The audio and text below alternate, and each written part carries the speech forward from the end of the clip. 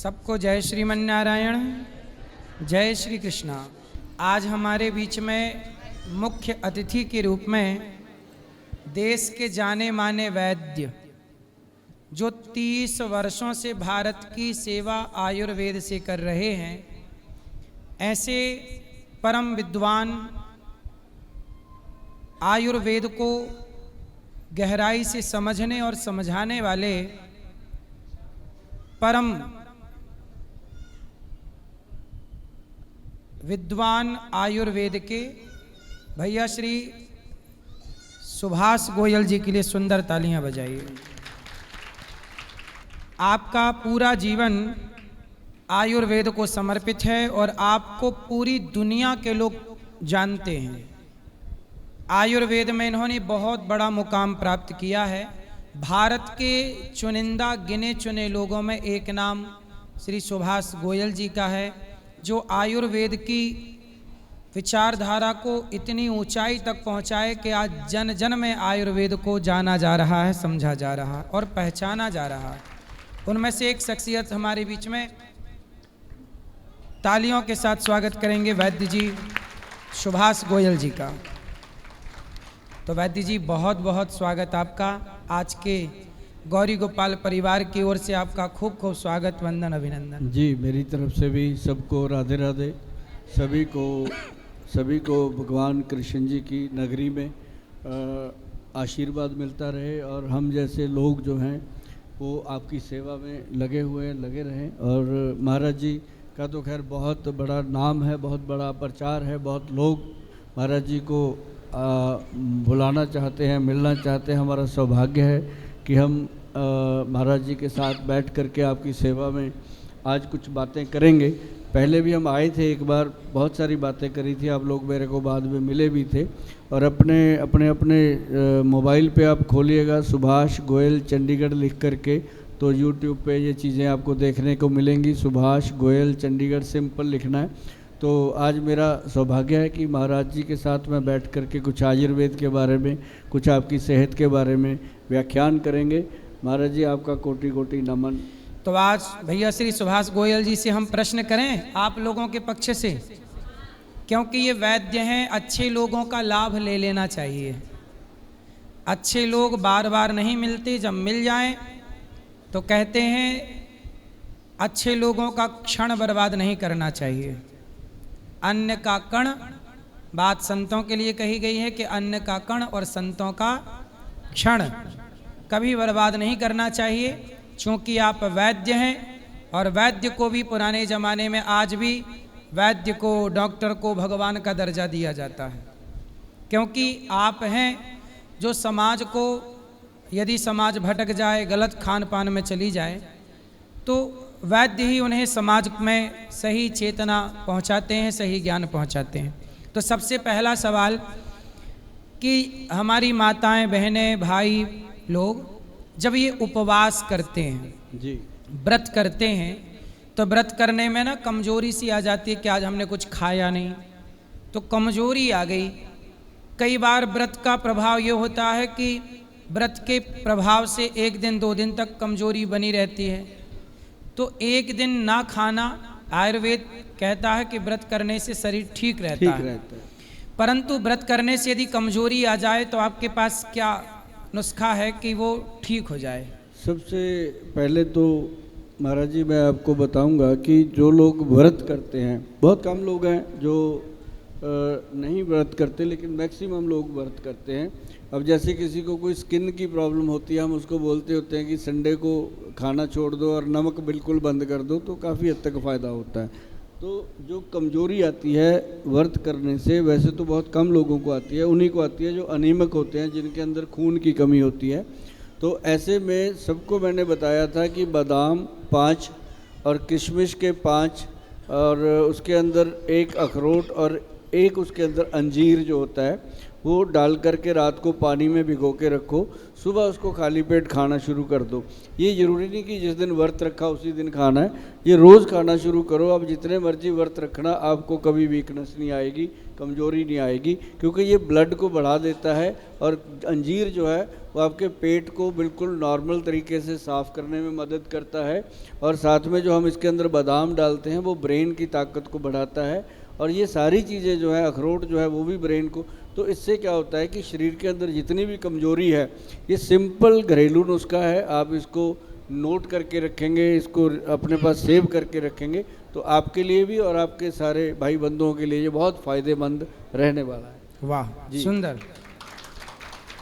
अच्छा, सवाल दूसरा है कि जैसे मौसम बदलता है तो मौसम बदलने के साथ ही सर्दी, जुखाम और वायरल फीवर आ जाता है, और कुछ लोगों को तो 12 महीने सर्दी जुखाम बनी रहती है, तो क्या इसका कोई उपाय है जो सर्दी जुखाम से मुक्ति मिल जाए? और वायरल फीवर, सर्दी जुकाम, वायरल फीवर महाराज जी सिर्फ इम्यूनिटी से जुड़ी हुई चीज़ है। जब इम्यूनिटी कमज़ोर हो जाती है तो ये वायरस की तरह आता है।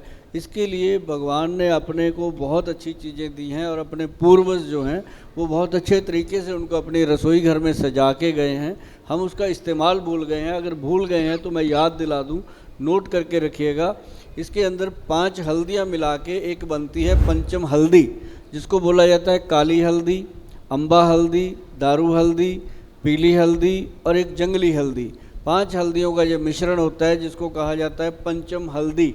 इसको आप गूगल पे जाके लिखोगे पंचम हल्दी तो ये आपके सामने आएगी और आपको पता चलेगा ये क्या चीज़ है। तो आपको इसको घर पे बनाना चाहिए। घर पे बना के अगर आप रखेंगे, 100 ग्राम बना लो, सारी 5 चीज़ें हैं, उनको 20-20 ग्राम 30-30 ग्राम लेके बनाओगे तो 100-150 ग्राम अपने हाथ में आ जाती है छान छना के। तो उसको आप अगर 2 चुटकी मात्र, आधा चम्मच रोज़ गर्म दूध में या फिर आप गर्म पानी में मिला के रात को ले सकते हो। जब आप रात को लेके सोएंगे, सुबह जागेंगे तो आपको पता चलेगा कि इससे जो शरीर अकड़ा हुआ था, बुखार सा चढ़ा रहता था और बहुत सारी ऐसी प्रॉब्लम थी, वो सारी सॉल्व हो रही हैं। और इसको आप लाइफ टाइम ले सकते हो। हफ्ते में सिर्फ 1 दिन छोड़ना चाहिए। जो भी मैं घरेलू नुस्खा आपको बताने जा रहा हूँ, हफ्ते में 1 दिन छोड़ते जाइए, 4-5 दिन खाते जाइए, आपको लाइफ टाइम ये चीज़ें बचाएंगी। और जो लोगों को बहुत ज़्यादा कफ कोल्ड होता है, पंचम हल्दी उनका सबसे बड़ा एक फ़ायदा करने वाली चीज़ है। और नाड़ियों में दर्द रहता है, जिनके कहते हैं ना कि वो नसें चढ़ जाती हैं, है ना, हमारे पंजाब में तो कहते हैं कड़ल्लें पड़ गई, नसें चढ़ गई, तो वो जो नस चढ़ती है वो भी हल्दी से ठीक होती है। जिन लोगों को कहा गया घुटनों का ऑपरेशन करवा लो, हल्दी खाते रहो, कभी ज़रूरत नहीं पड़ेगी। तो ये पंचम हल्दी जो है ये अपने आप में बहुत बड़ी ताकत रखती है। तो ये वो चीज़ें मैं बता रहा हूँ जो करोड़ों लोगों ने आजमाई हैं, देश में भी विदेश में भी। तो आजमाने के बाद जब लोग मुझे फीडबैक देते हैं तो मैं मजबूती से आप लोगों को इसलिए बता रहा हूँ कि अभी हमारे साथ देश के इतने बड़े संत बैठे हैं, उनके सामने तो मतलब कोई भी मैं बात करूँगा ये ज्ञान का, इनको जो जितना ज्ञान है, तो मैं तो यही कहता हूँ कि सूर्य के आगे दीपक जला के मैं बैठ तो गया, लेकिन मैं वो बातें आपको बता के जाऊँगा जो बातें आपकी सेहत के लिए, आपकी रसोई घर में जा कर के आप ठीक कर सकते हो। घरेलू नुस्खे जो हैं वो आपके लिए बहुत कारगर होते हैं। तो ये हल्दी कितनी मात्रा में लेनी है? हल्दी का, पंचम हल्दी का बस चम्मच का चौथा हिस्सा ले लो, या 2 चुटकी हल्दी, बस, इससे ज़्यादा तो पानी के साथ, दूध के साथ? पानी, जो लोग तो दूध से लेते हैं ठीक है, जिनको कोलेस्ट्रॉल वगैरह की प्रॉब्लम है वो पानी में लेना शुरू करें, कोलेस्ट्रॉल को भी कंट्रोल कर देती है। सुबह, शाम, दोपहर, कब? एक बार रात को, रात्रि को। अच्छा, गले में भी ये टॉन्सिल हो जाते हैं और कई बार गले में खराश बनी रहती है, अंदर ना दर्पण में कई बार मुंह खोल के देखो तो यहाँ लाल लाल रहता है। हाँ, तो क्या है और क्यों होता है ये, और क्या उपाय है इसका? हाँ, वो एक अल्सर टाइप हो जाता है अंदर, अल्सर टाइप हो जाता है। तो इसका सबसे बढ़िया सब लोग जानते भी होंगे, जब मैं बता देता हूँ फिर वो कहते हैं ये तो हमें भी पता था लेकिन करते नहीं है। मैं बताता हूँ उसके लिए काली मिर्च, मग पीपल, पीपली आपको पता होगा सबको, छोटी छोटी पीपली होती है, मग पीपली, और उसके अंदर एक सौंठ, जो सौंठ होती है, अदरक सूखा हुआ, तीनों का पाउडर बना के कूट के रखिए। 1 चुटकी ऐसे जैसे मक्के का दाना होता है उतनी सी, बस चुटकी में ज़्यादा भी नहीं होनी चाहिए, मक्के के दाने जितनी लेकर के आप मुंह में रख के धीरे धीरे उसको चूस चूस के खाएंगे, चबा चबा के खाएंगे, तो मुंह के अंदर एक सलाइवा बनता है जिसको हम लार बोलते हैं। जो वो लार होती है वो आपके गले के अंदर जब जाती है तो साथ साथ वो रिपेयर करती जाती है उसको, तो साथ ही साथ वो ठीक होता है। और जो जिसको ज़्यादा प्रॉब्लम होती है महाराज जी गले की, जिसे दर्द हो गया गले में, आप कथावाचक का आप कथा करते हो, कभी कभी होता है कि आज गला दर्द कर रहा है, तो ऐसे में कई बार बोलने को मन नहीं करता, तो सिर्फ सेंधा नमक जो होता है अपना रॉक साल्ट जिसे बोलते हैं, सेंधा नमक का आधा चम्मच और 1 चम्मच कश्मीरी हनी मिला करके उसको अच्छे से चाट के धीरे धीरे खाएंगे तो आपको पता चलेगा कि ये दुनिया की सबसे कारगर चीज़ है जिनके गले में दर्द होता है या गले में जलन होती है। बहुत सुंदर। ठीक है। बहुत लोगों को ना छाले हो जाते हैं।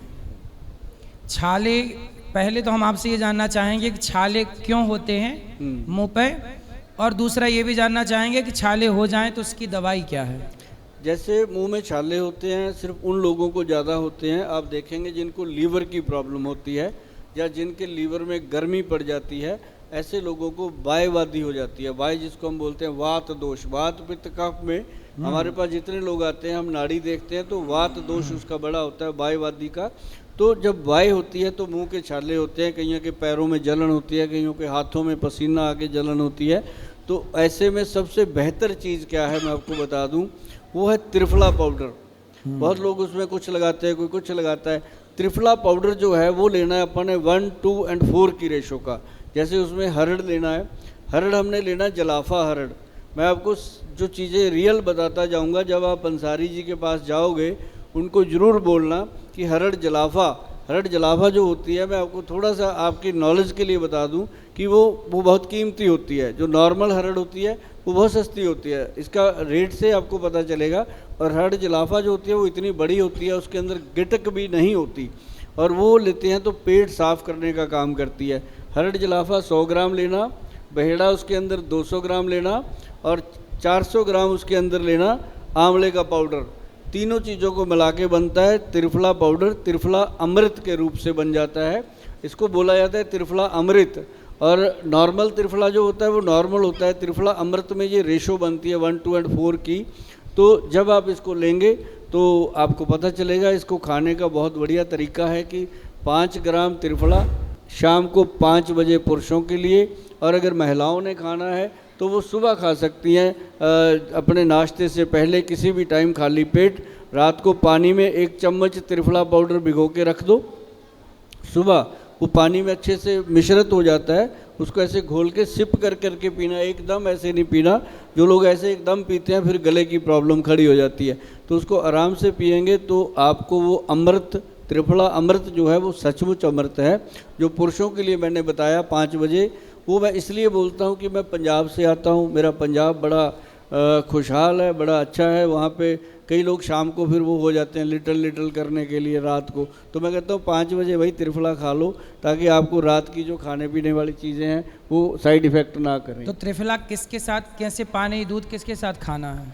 त्रिफला पाउडर को आप दूध के साथ भी ले सकते हैं। अगर ज़्यादा पेट में कब्ज रहती है, कब्ज रहती है, पेट साफ नहीं होता, तो हम दूध के साथ लेंगे तो बहुत फ़ायदा करता है रात को। तो यदि हम महिलाओं के लिए बता रहे हैं कि पानी में घोलकर सिंपल पानी से ही लेना है, उसी के थोड़ा पानी घूंट पानी पीना है। और महाराज जी इसमें क्या फ़ायदा होता है मैं आपको बताऊं कि मुझे हो गए इसको 30-35 साल खाते हुए। तो घूंट पानी तो हम पुरुष लोग भी पी सकते हैं? हाँ, पुरुषों के लिए भी शाम को 5 बजे घोल के पानी में पी सकते हैं।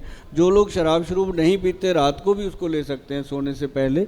तो मतलब ये सबसे बेहतर जो चीज़ है, ये आपको फ़ायदा करेगी। जिनके मुंह में छाले होते हैं, हाथों पैरों में जलन होती है, पर इसको रेगुलर लीजिए। रेगुलर त्रिफला रेगुलर लेना चाहिए, त्रिफला रेगुलर लेना चाहिए। और इसके अंदर बुक में जो लिखा हुआ है, ग्रंथ में जो लिखा हुआ है, इसका प्रावधान है कि हफ्ते में कम से कम 2 दिन छोड़ दीजिए, और क्यों, ताकि इसका एडिक्शन ना हो, अपनी बॉडी इस पर लग ना जाए। तो त्रिफला जो है 5 दिन खाइए, और हर हफ्ते 5-5 दिन खाएंगे तो आपको एक दिन पता चलेगा त्रिफला का जादू। और ना तो आपका वेट बढ़ेगा जी, और ना ही पेट में कभी गट हेल्थ ख़राब होगा, और ना ही कभी शरीर में कोई जलन होगी। और सबसे बड़ी बात है, जैसे लोगों के चेहरे पे छाइयाँ हो जाती हैं, कील मुहासे हो जाते हैं, या बहुत सारे लोगों के लगता है कि मेरे मुंह में छाले कहीं भी निकलते हैं, तो उसके लिए त्रिफला पाउडर अगर डेली खाएंगे तो हमें पता चलेगा कि वाकई ये बहुत कमाल की चीज़ है। पर बनाना उसको 1, 2 और 4 की रेशो में। त्रिफला तो आप भी बनाते हैं? हम 1, 2 और 4 की रेशो में हम बनाते हैं त्रिफला अमृत के नाम से। तो त्रिफला तो अमृत आपका जैसे भी ही, त्रिफला पाउडर है। हाँ गूगल पे जाओ जी, ये मिलता है 1:4 की रेशो में लिखा तो मिलेगा आपको। अच्छा वैद्य जी, महिलाओं को, कुछ महिलाओं को ना जो मासिक धर्म होता है इनका, तो कुछ महिलाओं को क्या है कि बहुत ज़्यादा ब्लीडिंग होती है, तो किसी महिला की ये समस्या है कि समय पे उसका मासिक धर्म नहीं आता, किसी का आता है तो 10-10 दिन चलता है, किसी को होता ही नहीं है, टाइम पे टाइम बिगड़ जाता है। तो ये महिलाओं की समस्या है। हाँ, तो इन महिलाओं की इन समस्याओं का कोई आयुर्वेद उपचार करता है इनके लिए?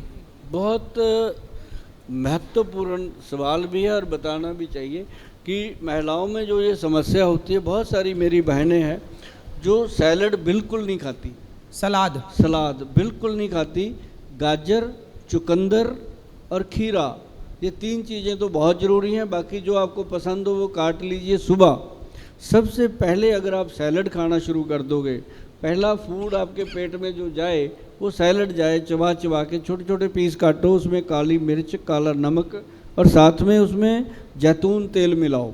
जैतून का जो एक्स्ट्रा वर्जन ऑयल होता है वो नींबू की तरह ही टेस्टी होता है। जब आप मिलाओगे, उसको खाना शुरू करोगे चबा चबा के, हो सकता है 1-2 दिन आपको लगे, अच्छा ना लगे, क्योंकि कोई भी चीज़ आप पहली बार खाते हैं नहीं अच्छी लगती, लेकिन 3-4 दिन के बाद वो आपकी ज़ुबान उसका टेस्ट पकड़ लेगी और उसको चबा चबा के जब आप खाओगे तो आपके मासिक धर्म में और आपकी कॉन्स्टिपेशन जो कब्ज रहती है उस दोनों में फ़ायदा होगा।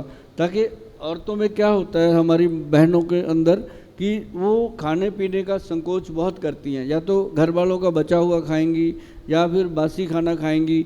बहुत कम होता है कि वो फ्रेश बना के अपने लिए प्लेट थाली सजा के बैठ के खाएं, ऐसा नहीं होता।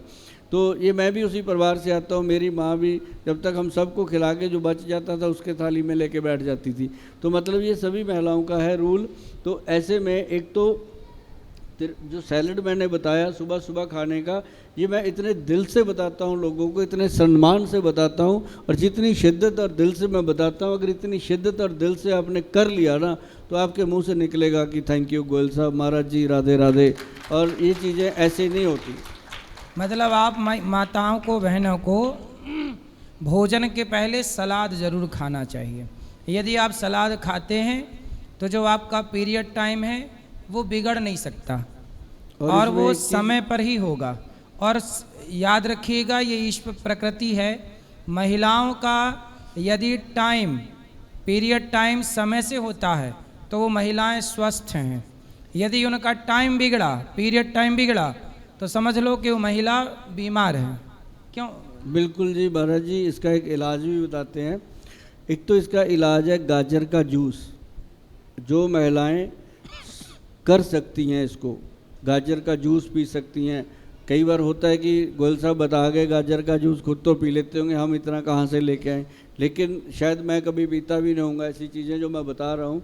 गाजर का जो जूस है वो महिलाओं का जो अंदर का जितना भी सिस्टम है उनका, बच्चेदानी के अंदर जो भी चीज़ें हैं, वो सारी चीज़ों को वो क्लीन, गर्मी दे करके वो क्लीन करने में मदद करता है, और पीरियड उनको बड़े अच्छे से आते हैं। और दूसरी बात, यदि आप रोज़ नहीं पी सकते तो पीरियड से हफ्ता पहले पीना शुरू कर दो, आपको फ़ायदा होगा। गाजर का जूस, गाजर का जूस। और एक इसके अंदर महाराज जी जो नारियल होता है ना, नारियल, उसका ऊपर का जो फूस होता है, उसके ऊपर के जो उतरता है बाण, उसको जला दीजिए। उसको जला के वो पाउडर बन जाएगा। उस पाउडर को, चुनरी का जो कपड़ा होता है उसको हम कपड़ छान पाउडर बोलते हैं। कपड़े में छान के जो नीचे बचेगा बारीक पाउडर, उसका आधा चम्मच डेली खाना शुरू कर दीजिए रात को सोने से पहले। आप देखेंगे आपकी जो मासिक क्रिया है, या आपकी जो, जिन बहनों को लिकोरिया की प्रॉब्लम है, वाइट डिस्चार्ज की प्रॉब्लम है, ऐसी बहुत सारी प्रॉब्लम मेरी बहनों को होती है जो मेरे साथ आके शेयर करती है। ऐसी चीज़ें हम बता के भेज देते हैं जिनका थैंक यू आ जाता है 15-20 दिन में कि गोयल साहब बहुत अच्छे से ठीक हो गया। अब वैद्य जी का बहुत बहुत स्वागत, तालियां बजा के सम्मान स्वागत करें हम सब। बहुत बहुत धन्यवाद, आप सबके प्रश्नों का उत्तर दिए और आप आए, इसके लिए बहुत बहुत धन्यवाद। और जिनको और भी प्रश्न हैं, वैद्य जी आते रहेंगे और मिलते रहेंगे, आप बात करते रहिए। गौरी गोपाल आयुर्वेदिक हॉस्पिटल है, जो ज़्यादा समस्या है तो सामने हॉस्पिटल है गौरी गोपाल का, आयुर्वेदिक हॉस्पिटल दिखा लीजिएगा। चलो, सबको राधे राधे, शुभ रात्रि।